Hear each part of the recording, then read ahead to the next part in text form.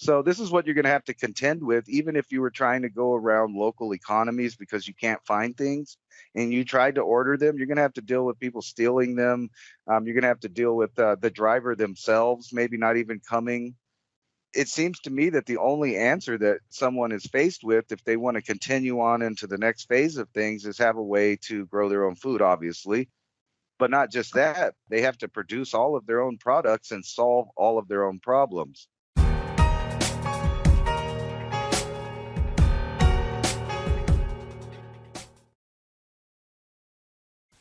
All of this Biden inflation tax talk, what's it really about? And more importantly, what's the actual effect of inflation on the lives of real people? Joe Biden claims that it's indisputable that his jobs plan is working. This data unequivocally shows that it's not. Well, at least for American workers. Rather, inflation is surging, and more than wiping out any wage gains these workers might have experienced. And historically, when inflation spikes, commodities like gold, silver, lumber, and real estate surge. Learn how simple it is to add physical gold and silver to your portfolio ahead of the rise in inflation and predicted price rises. Patriot Gold Group has the no fee for life IRA, where your IRA or 401k can be in physical gold and silver, and you may be eligible for the no fee for life IRA. Call 1-800-356-4470 and get a free investor guide today. And with the knowledge that Patriot Gold Group is Consumer Affairs' top-rated gold IRA dealer from 2016 to present, click on the link in the description box below for more information. And now on with the video. Once COP26 and the G7 and they decided to do all these climate mitigation things inside of the great supply chain disruption. So I'm starting to see a lot of code words that are being thrown out through the media now as well. This new great supply chain disruption just popped on the media the last week or two, but everybody's running with the same key phrase again. Now, the Great Reset, okay, understood. They wrote books about that, and there have been a lot of elitists talking about it, governments talking about it. Tax, and this is another thing, the road tax. You know, they're wanting everybody to move to electric vehicles. I'll play devil's advocate here for a second. But because you're not going to pay fuel taxes, they want you to pay a road tax because they're not going to collect tax because you're not buying the product to put into the car to fund the roads. So wherever you look, you're being forced down these cattle chutes because of this climate thing that is such a farce. If you know anything about historical cycles and history, we go through the ebbs and flows, and it's all dictated by the sun, and we're back into another one. 8 billion people vying for very limited resources in the way we're doing it now. Like I said in the beginning of the program, if we operated in a different fashion, we would have no shortages. If we encourage communities to grow food locally and cut out the Fortune 5s and cut out the supermarkets and grow 60% of what you need in your neighborhoods and only go to the supermarket for 40% of what you might need, that's more than a solution there in itself. But, you know, different grow techniques for indoor vertical ag using magnetic motors, and there's a whole gamut of solutions. If we swung the pendulum that way, there would never be a food shortage. We would have abundance where we could supply other planets with food. We'd have so much. But the way we're doing it currently, the top-down approach that was put in for all these control systems for the last 200 years is the way, that's the thing that's collapsing. Not our ability to have abundance on this planet. This thing that is being given to you as a false, I say, reality of shortages is exactly that, a false reality. The amount of solutions that were out there, not given to us over the last 100 years for power, transportation, nutrition, medicine, etc., and the restrictions of these countries that are importing food should be the key that lights it all off to let you know that it is about the food. And once COP26 comes in, they're going to use the cover story of CO2 to put more lockdowns on, and it's all going to be about the food still. So you can kind of see where the breadcrumbs are leading. There's a lot of documents out there after these like climate accord meetings. You can read through and easily pick out the phrases and paragraphs that they're pointing to. Food shortages inbound. We need to control the citizens. You need to disguise it, which is the reason I brought on a long-winded thing here, is that quantitative brainwashing. That thing is all about disguising and creating euphemisms for the misdeeds. There'll probably be like 6 corporations controlling the entire planet at the end. That's where we're going.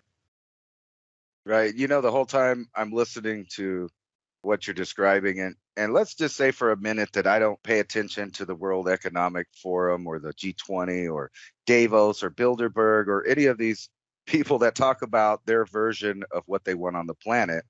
And I just heard you talking about, the countries that import the most food have the most draconian laws set in place. Now, if I was just, hearing all of this for the first time, I would have to immediately think of feudalism, which I know a lot of these elites talk about. And that would be exactly what they're doing. And, you can go back to Rome all the way to Henry Kissinger talking about using food for a weapon. So what we're really talking about when we're talking about reducing food is reducing people. So if you just picture it in your mind, you have a island that's cut off, or a small country that's economically cut off, if you want it to be, and they need food to survive. One option, obviously, in the near future would be to reduce the amount of people so that you're not shipping in as much food. And that seems to be what the whole plan here is. The Great Reset is the reset on population and food distribution, and the reset on governmental controls back to a more feudalistic system. You have these elites, they're buying up stuff. They love the beautiful land, but what they don't want is a bunch of poor people on there with property rights. And, say I was King Godwin and I really love the planet a lot. I wouldn't want a bunch of commoners, messing it up. But a way I could fix that is to reduce the number of people on these places, give them laws to where they can't really reproduce, have energy, or expand or progress in any way. And then, lo and behold, let's take away a day, that they're not even allowed to work. And then constantly blame them for a production of a gas that feeds the human population, which would be CO2. Obviously, that's plant food. Even countries like us with a lot of inherited wealth, we just had a hurricane that ripped through the U.S. There's power out everywhere. There's devastation, flooding, people losing their homes. A lot of these people don't have insurance.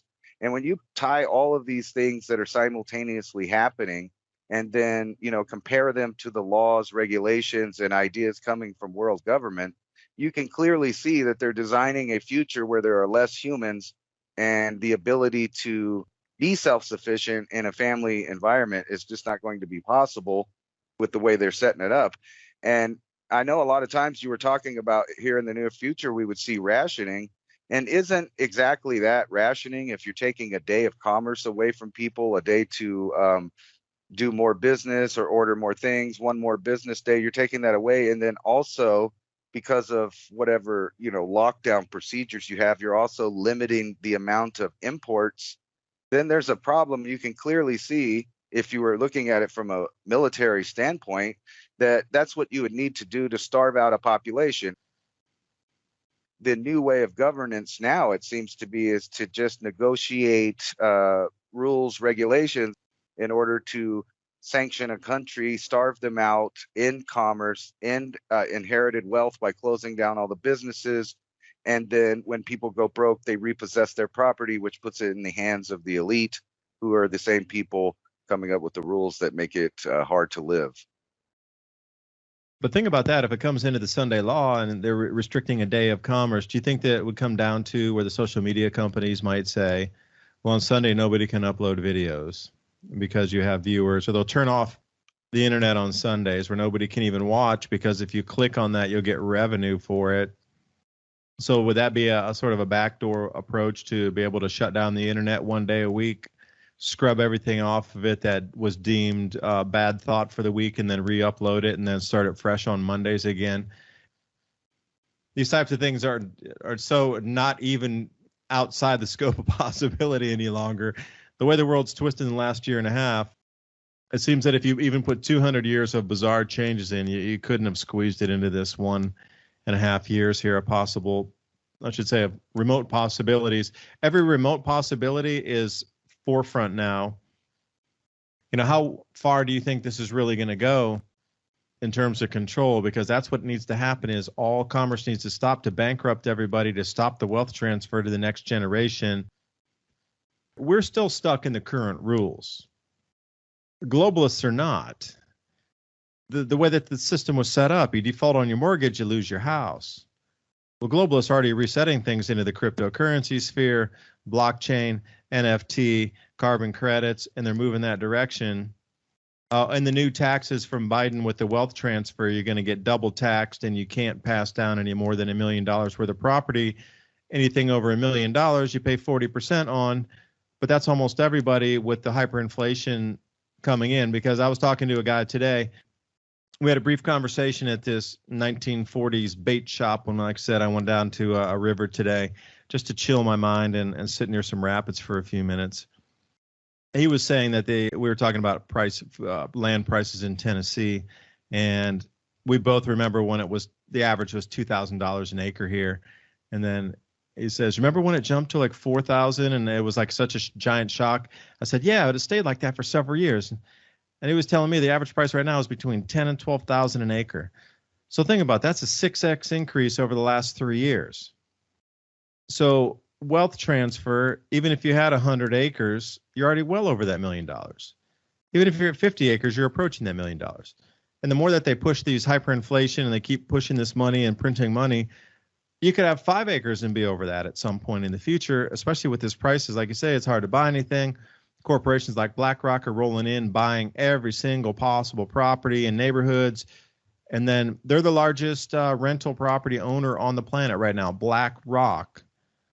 So where does it stop? Because the higher the prices get, when this generation wealth tax comes in at $1 million cap, you could inflate it up to $1 million an acre. And then, well, what happens to the house? And then it happens to the acreage.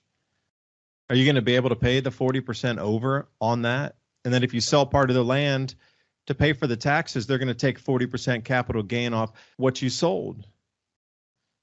I think we talked about that last week. I did an entire video on the Iowa farmers. Average landhold size is 350 acres for an average Iowa farmer, family farm, not agribiz, family farm.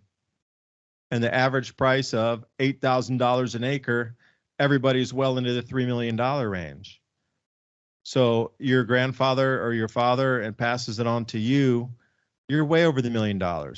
So even if you want to sell 100 acres to cover the tax for the wealth transfer, you're going to have a 40% capital gains tax on the 100 acres you sold anyway. So you're going to have to sell more than 100 acres to make it up. It's strictly a wealth transfer right now, stripping wealth on the old rules in the old world, in the old paradigm, even though finance and the global elite have moved into the new world already, like I say, with the cryptocurrency and carbon credits, but you still got to play by the old rules while your wealth is stripped. And this is what irks me a little bit. But when I see an article that says DHL and FedEx are going to be having problems with their supply chain, and then on the very next article, I'm looking at Yahoo Finance and Amazon's answer to delivery driver shortages to recruit pot smokers to deliver. It's funny that it seems like a $1 billion company would go to what is on its face maybe a bad idea. At the same time, it's kind of anecdotally funny that they don't care that you get your products. Let's hire a bunch of potheads, and then at the same time have all the delivery companies claim that they can't get you the products guaranteed on time or even at all. And then you see the wave of people stealing the products. So this is what you're going to have to contend with, even if you were trying to go around local economies because you can't find things and you tried to order them. You're going to have to deal with people stealing them. You're going to have to deal with the driver themselves, maybe not even coming. It seems to me that the only answer that someone is faced with, if they want to continue on into the next phase of things, is have a way to grow their own food, obviously.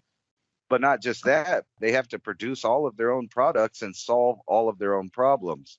So we're kind of going into a renaissance that may force people to, outthink the global net that's around everything, because there are ways to go around it.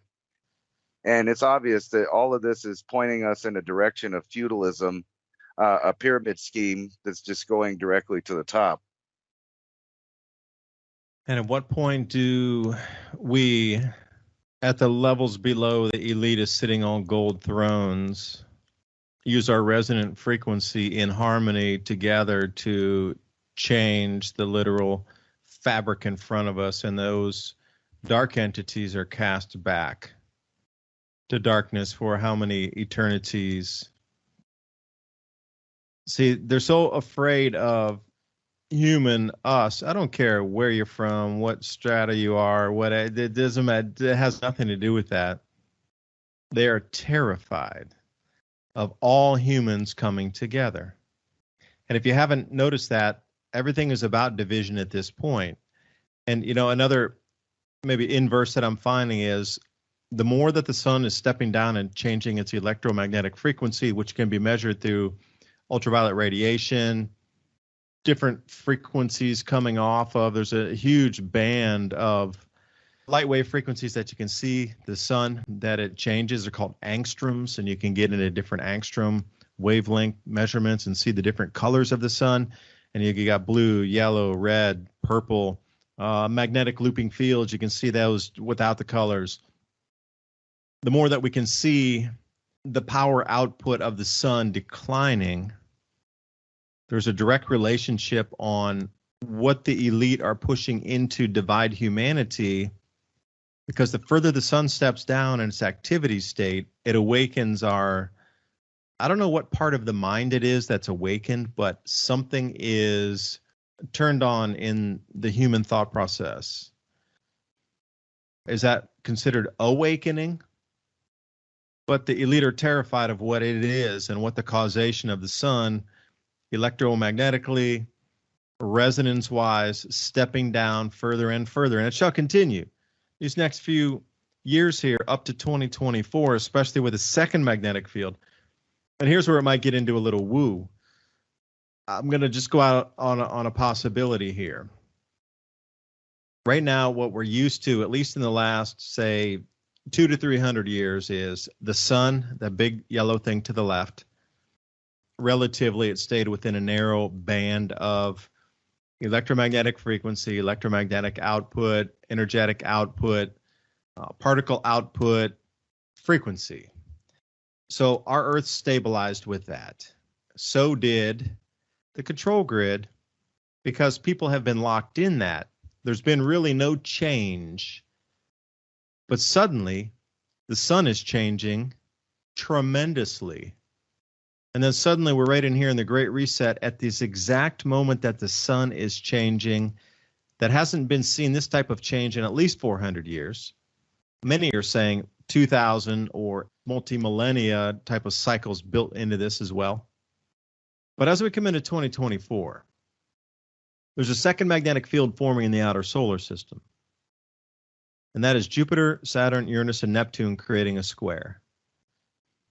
My feeling is, now I can't prove this, but I'm just saying, nothing goes to zero. So as the sun steps down and that second magnetic field in the outer solar system steps up, we on this Earth are sitting in the middle of that field.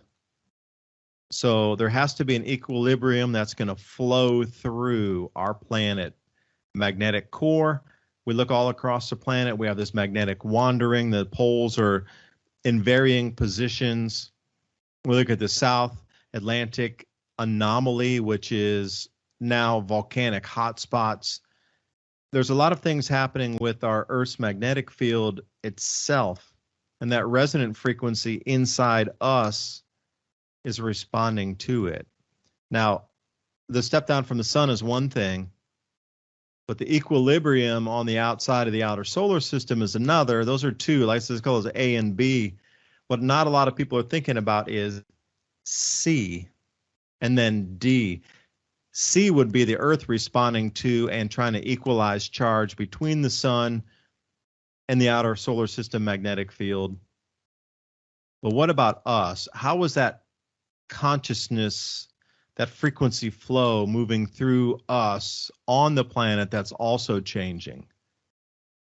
Nothing's going to go to zero. It's going to be equalized. That charge is going to equalize through the solar system. Then what?